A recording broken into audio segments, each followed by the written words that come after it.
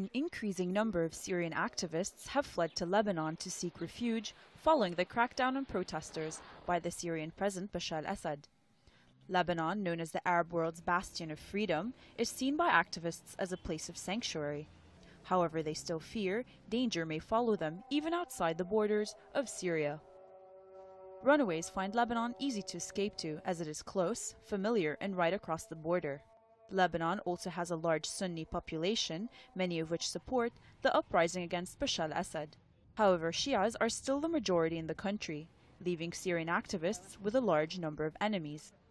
Omar, a Syrian activist who fled the fighting in Homs, has been hiding in northern Lebanon since earlier this year. North of Lebanon, it's almost same as in Syria. There is neighborhoods anti-Assad and other neighborhoods pro-Assad. So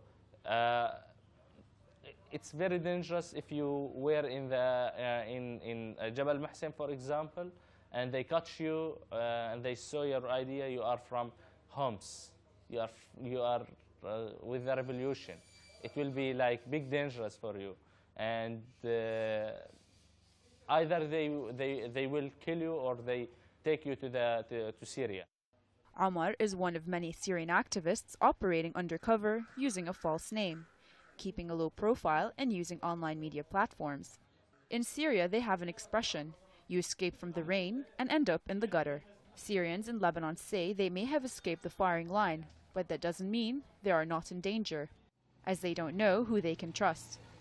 Meanwhile, in the country's capital, Beirut, Syrians say it is similarly dangerous. In fact, Beirut is divided among religious sects as well as political lines, and whether Syrians are activists or not, there are some neighborhoods where they are no longer welcomed.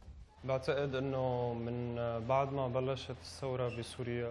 the revolution in Syria, it became difficult for anyone who was Syrian to live here. It didn't matter whether they were with or against the regime.